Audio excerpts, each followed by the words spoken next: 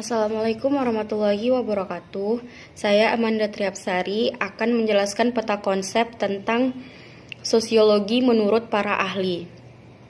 Yang pertama, menurut Pitirim Asorokin, sosiologi yaitu studi yang empiris dan mampu memberikan pengulasan mengenai hubungan sosial, interaksi sosial dalam masyarakat, dan pengaruh timbal balik yang dihasilkan gejala dalam hubungan masyarakat tersebut. Yang kedua, menurut Max Weber, sosiologi yaitu studi pengetahuan sosial yang berupaya untuk memberikan pemahaman mengenai tindakan-tindakan sosial individu yang dilakukan kepada masyarakat secara luas. Yang ketiga, menurut Emile Durkheim, sosiologi yaitu ilmu pengetahuan yang mempelajari tentang fakta-fakta sosial, yaitu fakta yang berisikan cara bertindak manusia, berpikir, dan berperasaannya di luar individu.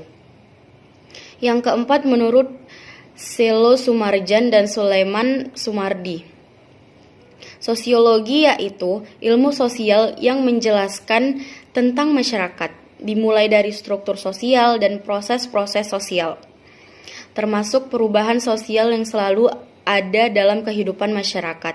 Dan yang terakhir, menurut Surjono Sukanto, sosiologi yaitu ilmu pengetahuan yang memusatkan perhatian masyarakat pada segi-segi kegiatan umumnya dan berusaha untuk mendapatkan pola-pola umum kehidupan yang ada di tengah-tengah masyarakat. Selanjutnya yaitu ciri-ciri sosiologi. Yang pertama, empiris atau nyata.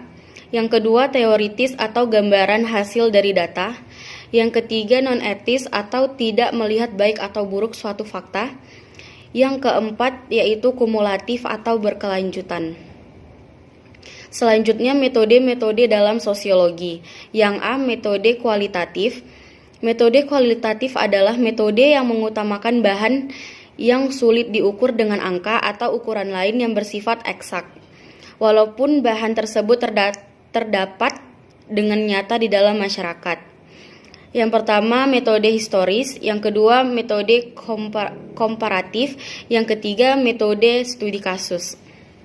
Yang B, metode kuantitatif, yaitu metode yang mengutamakan bahan-bahan keterangan dengan angka sehingga gejala-gejala yang ditelitinya dapat diukur dengan menggunakan skala-skala, indeks, tabel, dan rumus-rumus yang semuanya menggunakan ilmu pasti atau matematika.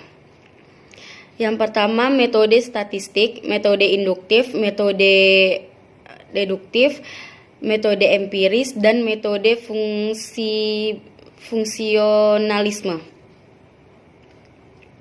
Selanjutnya yaitu fungsi sosiologi. Yang pertama, fungsi sosiologi dalam pembangunan. Yang kedua, fungsi sosiologi dalam pemecahan masalah sosial.